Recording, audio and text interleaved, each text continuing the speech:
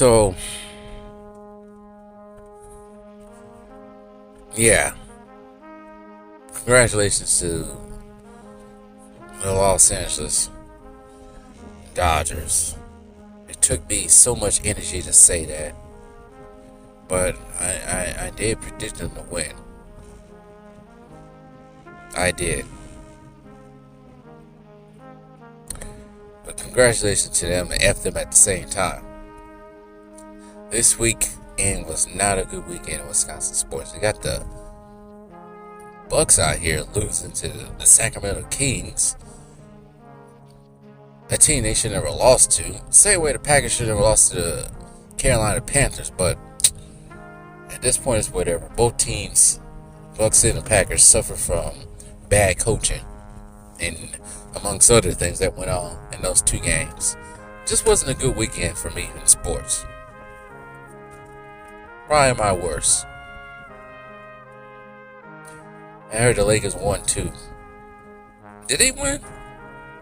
Last time I checked, they was up by like 10 going into the third against the Heat. But anyway, I was going to make another Days of our Lakers, but nah, I won't. I ain't. I just love it how everybody out here does like above like the speed limit. Like everybody's average speed out here is 90 miles per hour. Nobody goes to the speed limit out here. People are going 60 miles per hour and a 25. But anyways, but since the Dodgers won, I wonder if LeBron, well, he already has, because we all know how LeBron be jumping on bandwagons and taking the thunder from everyone else. He has a history of doing this, you know. He really does. Always trying to jump on somebody else's bandwagon. Like, nigga, go sit your ass down. Yeah, I said that word. But it's true. It's like, Ninja, go sit yourself down.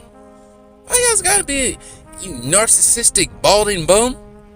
I always gotta be in front of something. I always gotta jump on somebody else's steam and fire. Well, it was a couple years ago when I think it was the Rams, not the Dodgers. The Rams won.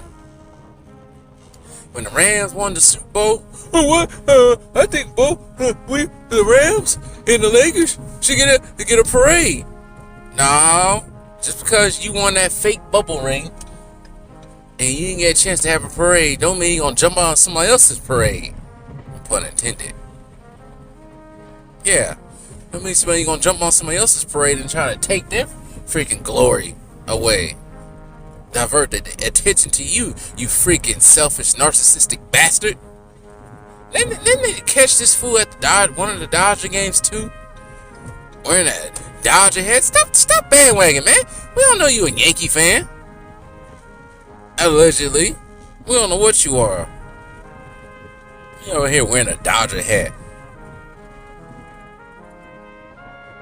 You're a Yankee fan. It's the same one in the stands pointing at your Yankee hat. Because when he first came into the league, I know this for him being a Yankee fan and a Cowboys fan. And I think he was like a Bulls fan or something like that. He ain't nothing from Cleveland. Ain't no Akron ain't that far away from Cleveland. He ain't a fan of nothing in Cleveland. You know, I think he did try to sport a Yankee, Indians hat. And the Indians in the World Series almost 10 years ago. But that was because he was living in the city at that time. He was with the Cavs at the time. This was always trying to jump on somebody's bandwagon. Always trying to be aligned with somebody's hot at the moment. And he is with Caitlin Clark.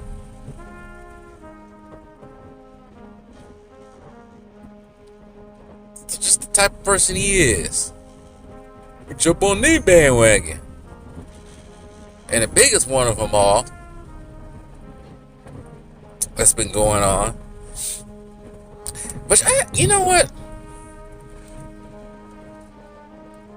I know him and Drake got this weird beef going on.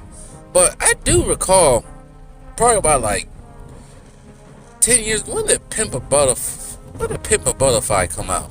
Pimp a Butterfly came out like 10 years ago, right? And it was like right after that, I want to say it was some tracks that Kendrick came out with. It was an album, but it wasn't like it was a.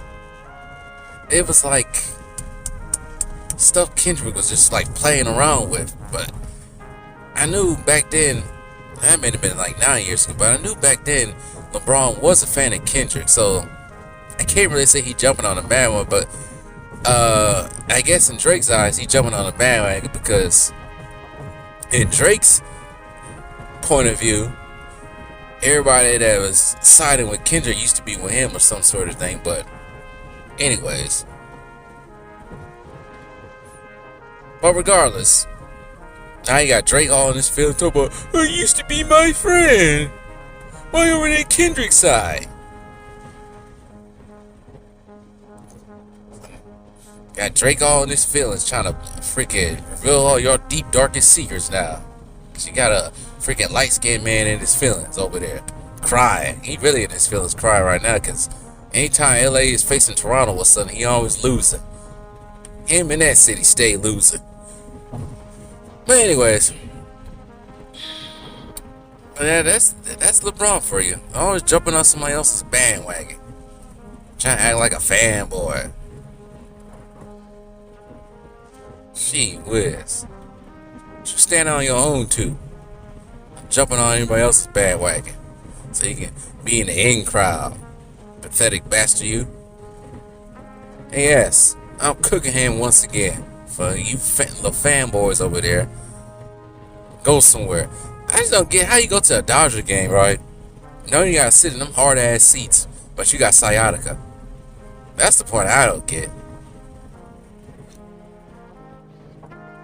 I had a brief stint with sciatica. It's not pretty. I remember I had to go to school with that. This is a long time ago. I think I hurt my back and it kind of, everything, all the nerves, all the nerves and all this stuff are all connected, right? So I did something to my back like 12, 13 years ago on accident. And that sciatica acted up like a few weeks later.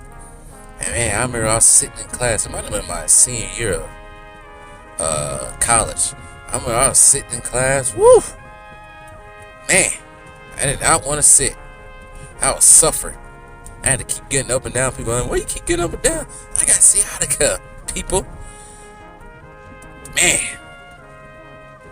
Sciatica is not to play with. It is not to play with. But lucky my back healed. It actually happened twice. Cause I want to say it happened in senior year, and then like 2 years later it flared up again. But it hasn't flared up since. I've been very good since. My back's since healed, fixed and everything. But yeah, there ain't nothing to be played with. The way this fool been moving lately, he ain't got no sciatica. He just mad because the Lakers are moving on without him. That's all what this is. But anyways, F LeBron James and F the Dodgers.